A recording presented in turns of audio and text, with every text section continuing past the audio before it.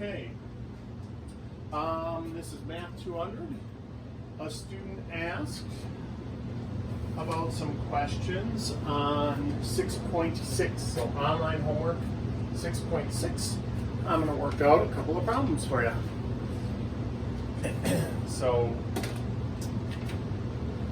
let's look at number 7. This is on the online homework 6.6 for Math 200.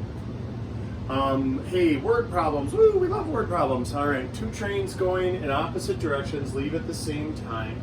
Train B is going 5 miles per hour faster than train A. In 8 hours, they're 760 miles apart. Find both speeds. Okay, so this is a dirt problem. Distance equals rate times time. Now, they did give us a distance, a well-defined distance, 760, and they gave us a well-defined time, 8 hours. The rate is a little tricky here because we've got train A and train B.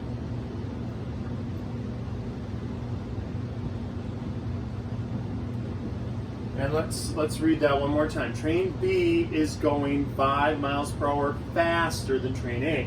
So if train A is going R, and train B is going R plus 5.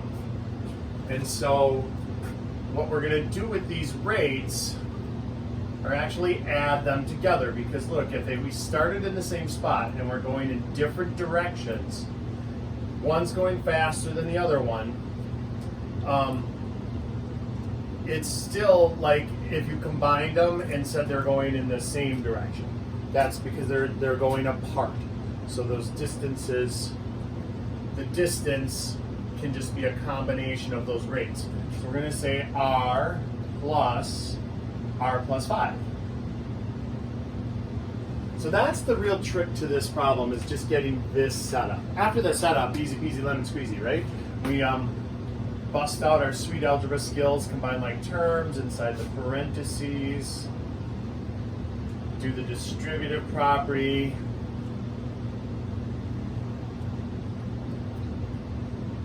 and now isolate the variable. So minus 40,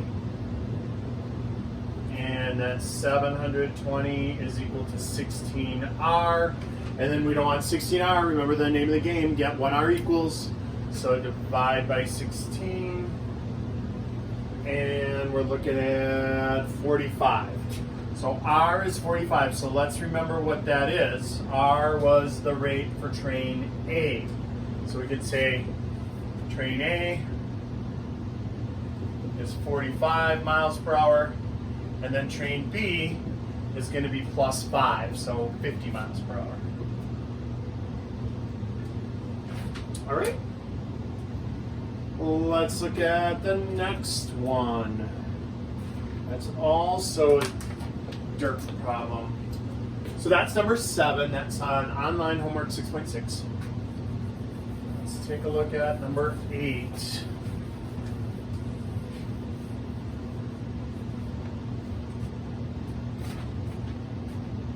So number 8, a plane flies 495 miles with wind and 440 miles against the same wind in the same amount of time. The wind speed is 10 miles per hour. Find the speed of the plane without wind. Okay, so again, this is also distance equals rate times time. So dirt. But this time they said in the same amount of time. So we actually want to solve this out for time. So we're going to divide this side by R, divide this side by R. We're going to say time is equal to distance divided by rate. So we're going to kind of change our formula a little bit. We solve for T instead of leaving it solved for D. So now what does that mean? Well, that means we've got two different distances and basically two different rates, but in the same amount of time. So we're going to say time, which we don't know, is going to equal what? They went 495 miles That was the rate of the plane plus 10 miles per hour wind. In the same time, so I'm just going to use T again, we're going to have 440, and that's going to be the rate minus the wind speed. All right? And now since these times are the same, we'll just set this equal to that. We'll kind of substitute. We'll take this, sub it in there. So we got 495 over r plus 10 is equal to 440 over r minus 10. And now we're right back to our sweet algebra skills. So we're going to cross multiply and solve. So that means we're going to take 495 times the r minus 10 and set that equal to 440 times the r plus 10. We'll do the distributive property, so that's 495r minus 4,950, and that's 440r plus 4,400. And now we want to get all the variables. So now it's a solving multi-step equation problem. So we want to get all the variables to one side. So let's go minus 440r from both sides. And that'll make a little bit of an easier problem now. We're going to have 55r minus 4950 is equal to 4,400. But then we want to isolate the variable. So that means get r all by itself. So we'll add 4950 to both sides. And we'll have 55r is equal to, I'm running out of room. I'll have to finish it off up there. 9350. So here, we'll rewrite it up here. So 55r equals 9350. And then divide by 55, both sides by 55. And we have 1r is equal to 170 miles per hour. So the plane itself is churning about at 170 miles per hour, but then with the wind, it's actually going 180, and without the wind, it's actually going 160. But they didn't ask that. They just wanted to know the speed of the plane without any wind. So that was number 8. Let's look at number 9. 2 joggers are averaging 10 miles. One is averaging 10 miles per hour. One is averaging 5 miles per hour. Start from the same point. The slower jogger arrives at the end of the run 40 minutes after the first one. Find the distance. Oh, that's interesting. So they want us to find the distance of this one. So let's take a look. Number 9. This is, again, distance equals rate times time. These are all just different takes on this. So we had the fast jogger did the distance is equal to 10 miles per hour times time.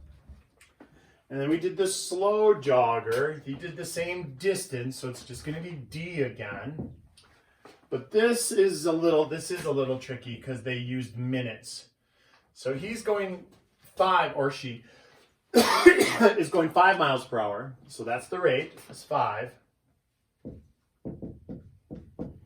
But the time is going to be T plus 40 minutes. But you got to remember, distance equals rate times time. Distance equals rate times time. That's distance in miles, that's rate in miles per hour, and that's time in hours.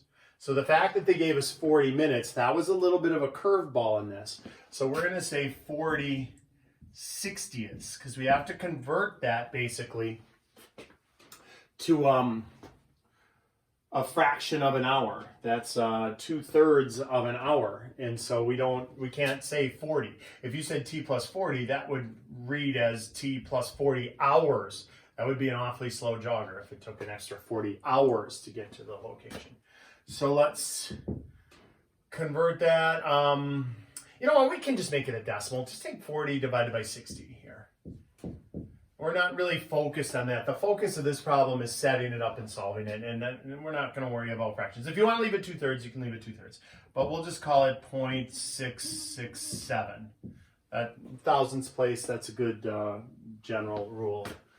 All right, do the distributive property. So we have 5t plus, and now that's going to be, what is 5.667? Let's see. 5 times 0.667, 3.33. 5. All right. And now let's set these distances equal to one another. So this distance is the same as this distance. So let's just take this 10t, sub it in there. And then we'll have 5t plus 3.335.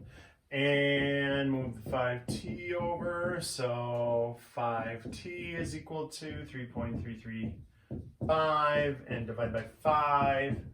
And t then is equal to 0.3333, I think. Let's see, divided by 5.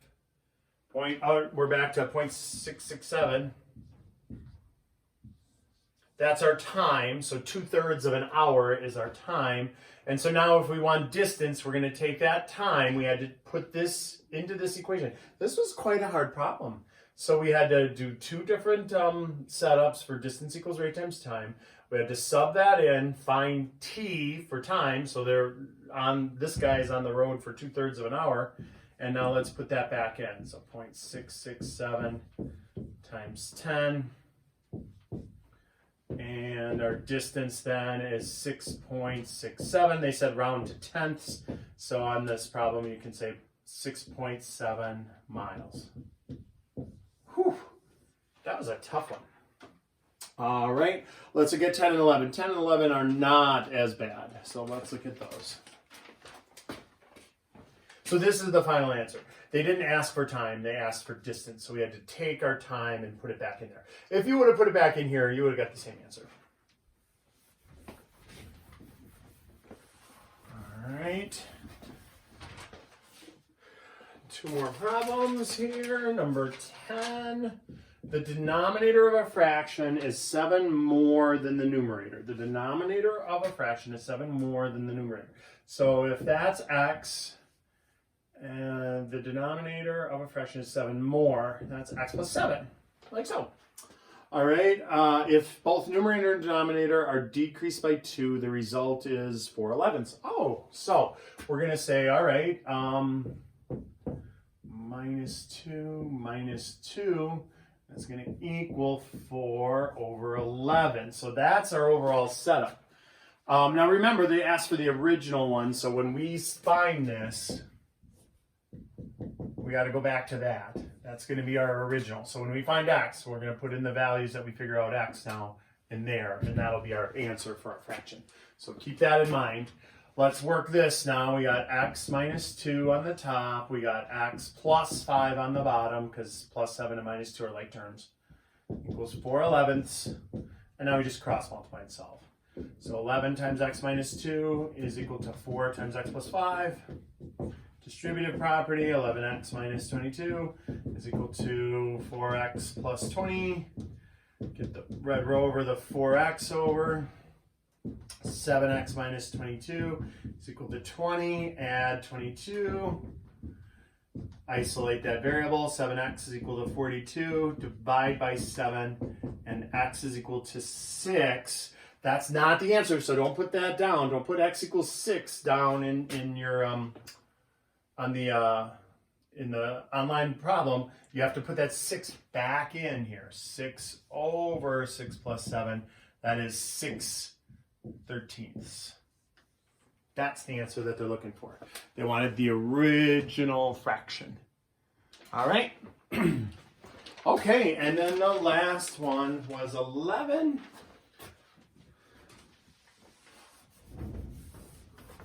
Let's take a quick look at 11.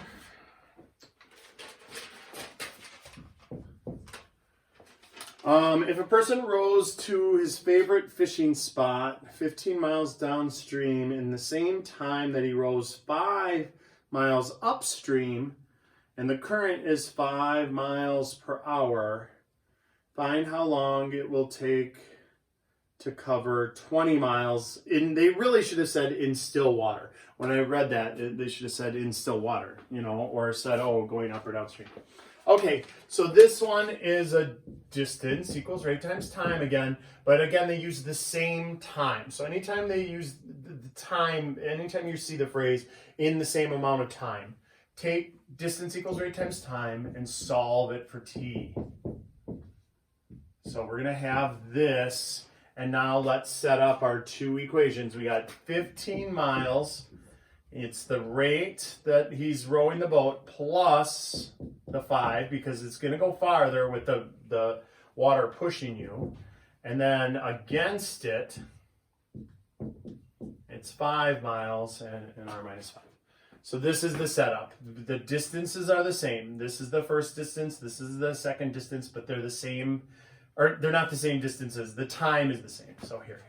Let me set this up. This was 15 over r plus 5, and this was 5, so the distances were different. That one's 15, that's 5.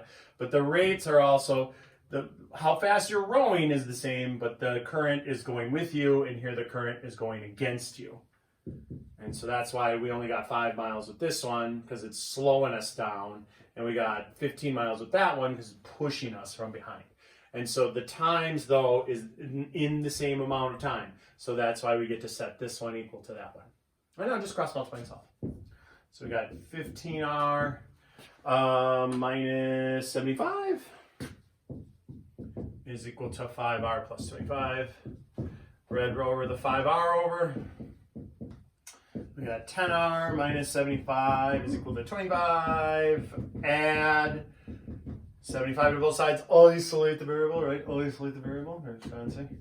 100, and then we want a coefficient of 1, so we're going to divide by 10.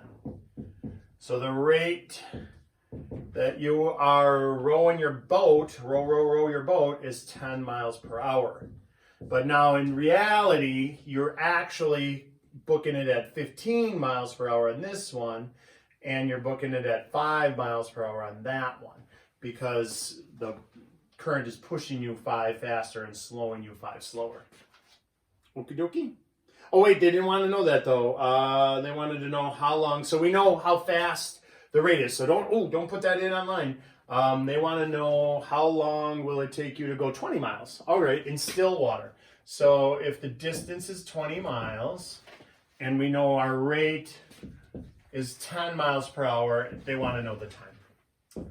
So divide both sides by 10. Time is 2 hours. So 2 hours is what they want in there.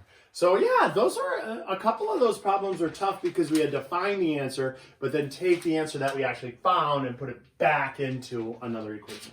That happened twice in 7 through 11. Hopefully that helps you out.